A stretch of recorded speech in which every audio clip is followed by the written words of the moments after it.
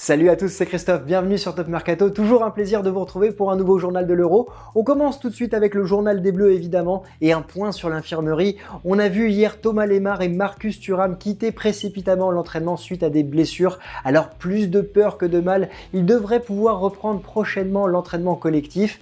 Un point sur l'infirmerie également avec Lucas Hernandez et Lucas Digne qui ne sont pas forfaits pour le reste de la compétition. C'est plutôt une bonne nouvelle et on espère même voir Lucas Hernandez de nouveau titulaire lundi soir face à la Suisse à 21h. Alors si jamais l'international du Bayern Munich n'est pas titulaire, un autre système a été tenté par Didier Deschamps. C'est Léo Dubois, l'international de l'Olympique Lyonnais, qui pourrait pallier cette absence sur le côté gauche de la défense. Il y a une autre option, ce serait de voir Presnel Kimpembe, qui a été formé à ce poste, jouer latéral gauche, mais ça ouvrirait la porte à Clément Lenglet de jouer en défense centrale, chose qui n'a pas été testée. Ou alors c'est Adrien Rabiot qui pourrait retenter sa chance sur le côté gauche. On l'avait vu pendant 40 minutes face au Portugal, mais l'international français, lui, a une douleur à la cheville, donc on verra justement ce que va nous concocter Didier Deschamps. Une équipe de France qui a essayé d'améliorer son animation offensive avec la relation entre Antoine Griezmann notamment et Karim Benzema,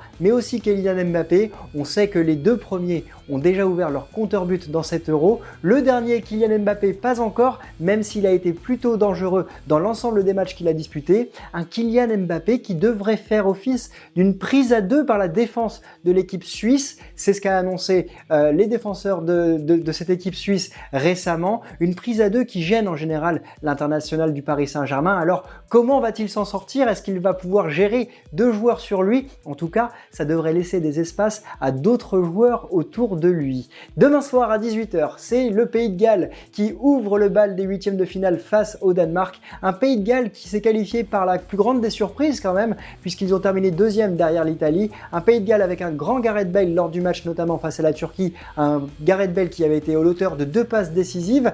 Alors est-ce que le Pays de Galles va de nouveau créer la surprise et se qualifier pour les quarts de finale, voire peut-être même les demi-finales comme à l'Euro 2016? Ou alors est-ce que c'est le Danemark qui a fait preuve d'une énorme solidarité lors de ce premier tour? On se rappelle évidemment du malaise cardiaque de Christian Eriksen. Un Danemark qui s'est qualifié, lui, face à la Russie, en une victoire 4-1 avec notamment un joueur qu'on avait dit qu'il fallait suivre, c'est Damsgaard, le joueur de la Sampdoria de Gênes qui a fait un match formidable et qui sera certainement un des joueurs clés de cette rencontre face au Pays de Galles demain à 18h. Dans l'autre match, c'est l'Italie qui rencontre l'Autriche. Alors une Italie qui est brillante, qui est étincelante depuis le début de la compétition, notamment avec un milieu de feu, un milieu avec Locatelli, avec Barella et avec le retour de Marco Verratti. Alors comment cette Italie va se comporter face à une équipe d'Autriche qui se qualifie pour la première fois en huitième de finale d'une compétition internationale depuis 1982, une équipe d'Autriche qui pourra compter évidemment sur Alaba et Arnautovic devant.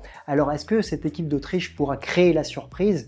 Eh bien c'est le match choisi par notre partenaire BarrièreBet pour le pari du jour. BarrièreBet qui vous offre jusqu'à 250 € de bonus de bienvenue avec le code promo BETMAX. N'oubliez pas que jouer comporte des risques, on vous mettra tous les liens dans la description. Et aujourd'hui, on a choisi 2 cotes pour vous. La première, évidemment, c'est la qualification et la victoire de l'Italie. La victoire de l'Italie dans le temps réglementaire qui est coté à 1,47. Et si vous êtes joueur, on peut aussi miser sur le buteur du match. Ce sera Immobilier peut-être. Et si c'est Immobilier, la cote est à 2,20.